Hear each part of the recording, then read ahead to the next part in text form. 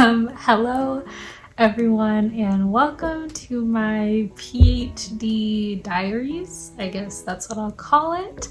My name is Lauren and I am pursuing a PhD in clinical psychology. Yeah.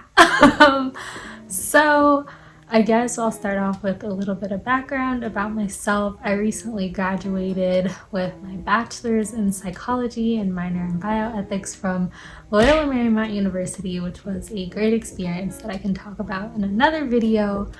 But today I am about not even a week away, about 5 days away from my first day of graduate school. So I am starting a PhD program in clinical psychology at Stony Brook University in Long Island, and I am excited, but I'm also terrified. So I just kind of want to dive into those thoughts a bit just for myself personally, for me to look back and reflect on, but then also because I'm sure there's other people out there who are feeling the same way that I am, and sometimes it's helpful to just know that another person can resonate with your feelings.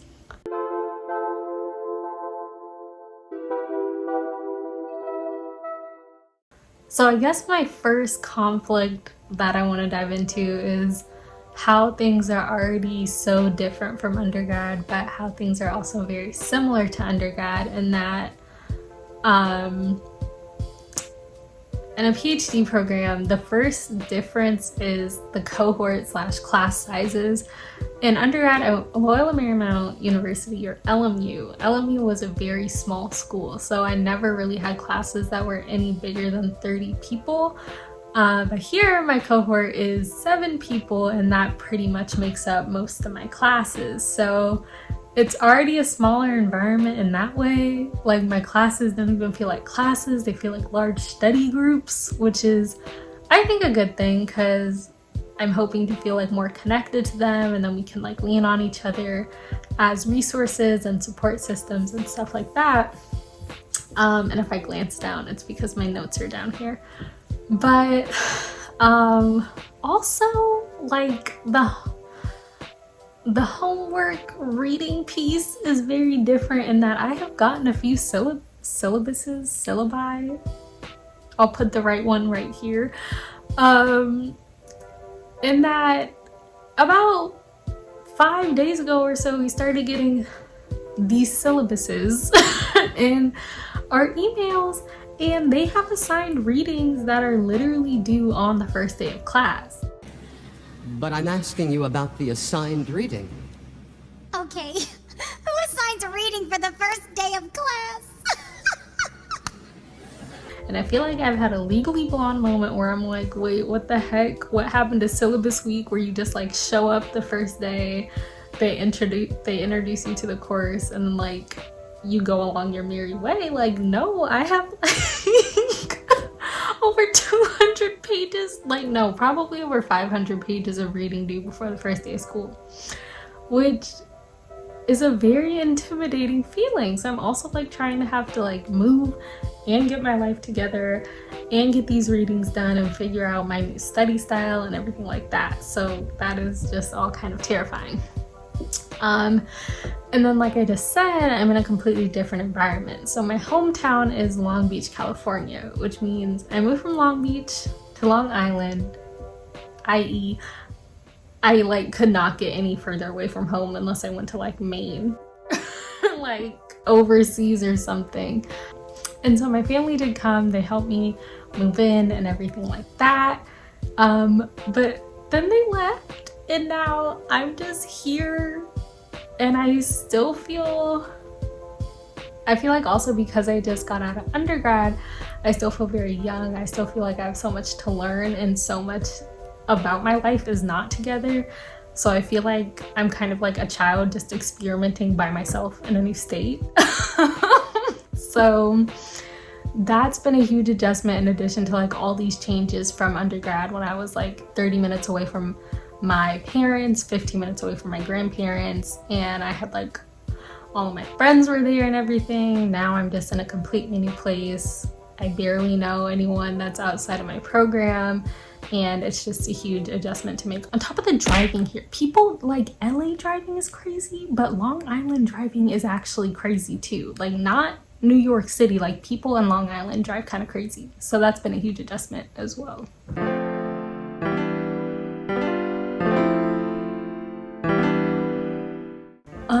In terms of what's similar to undergrad though, I guess like a more positive thing would be that I would say the workload and assignments that are expected of me is actually kind of similar.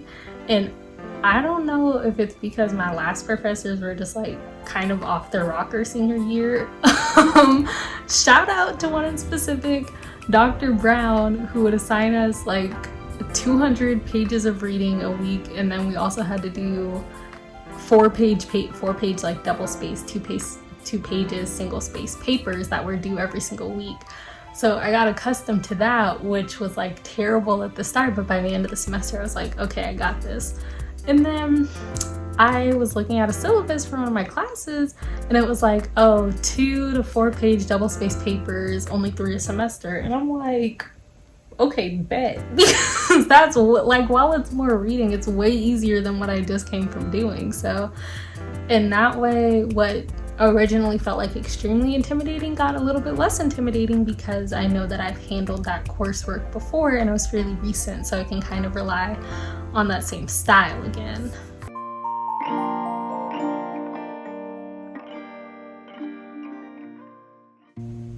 Okay, the other thing that is like kind of scary about this whole experience, and I guess plays into my fears about graduate school, would be imposter syndrome, which is essentially feeling like really out of place and like I'm not necessarily qualified to be in graduate school. And I know that it is something that everyone feels. It is something that first, like incoming students feel, third, fourth, fifth years feel, psychologists who are done with their PhD probably feel.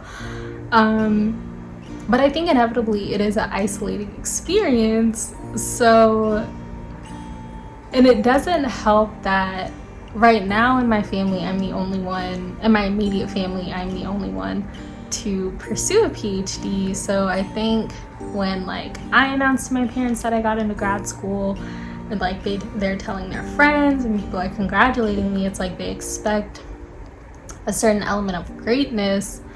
But in my mind, I'm like, I still have the brain I had a year ago when I didn't know if I wanted to apply to programs. So to think that there's a sudden shift just because I got into one, it's like, yeah, of course, I finished school, I learned more things since then, but inside I still feel like the same person. And I still have my own doubts and fears about what I can do, and ultimately that plays into how I like can fit myself into the program and my readiness to be there.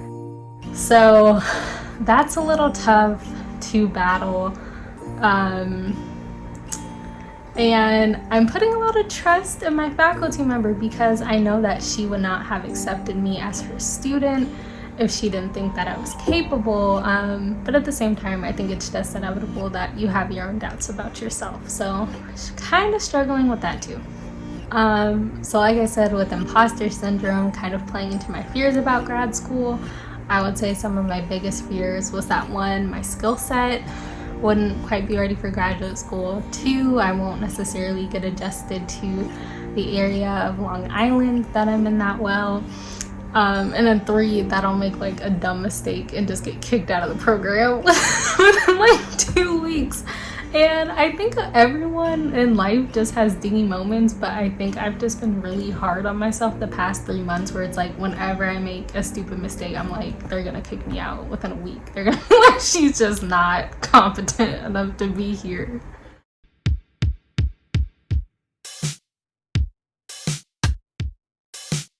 On the bright side though, the opposite side of fear is excitement. So I think while I'm like nervous about my skill set and adjusting to the area and like getting kicked out of the program, I think that there are excitement parallels to all of those things as well.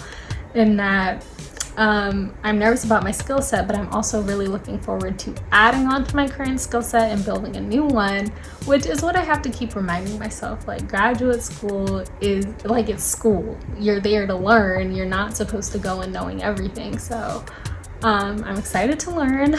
I'm excited to learn more about Long Island and keep experimenting with the food. So far, everywhere that I've gone has been really good. So I want to like go more places and find more bagel shops and explore more of Long Island. So I think that's an exciting part too. And then in terms of like doing something dumb and getting kicked out of the program, I know that won't happen. So I'm trying to say like, well, I'm looking forward to receiving different forms of feedback and bettering myself that way. So yeah, that's kind of how I tried to like flip it.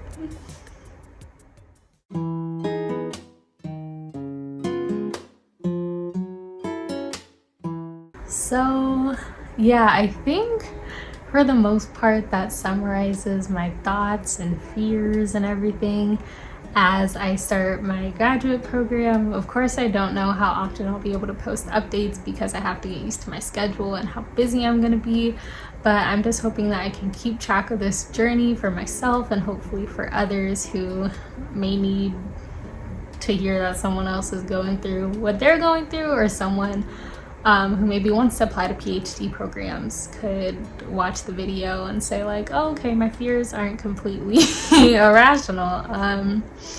So yeah, it still feels crazy that this is even happening. Not quite sure how we got here, but I'm excited, I'm nervous, it's gonna be great. And yeah. Oh, and on that note, as of right now, I feel weird about making a video like, oh, this is how you get into a clinical psychology PhD program, just because I feel like the application process is so incredibly different for everyone and each PI is looking for different things. So of course, if anyone has like questions about the application process or like wants advice, I'm happy to give it to them, but I also don't want to make a video saying like this is the end all be all. I could talk about my personal experience, but I don't necessarily want to say like you should do A, B, and C to get in, just because that like someone could follow A, B, and C and still like not necessarily get into the program they want. So that said, you can check out my Twitter if you want to connect. I usually look at my DMs. You can check out my Instagram. I look at my DMs there as well. And yeah, I'm always happy to talk about my experience and anything else you guys would want to know. So until the next video, have a great day and I'll see y'all later. Bye.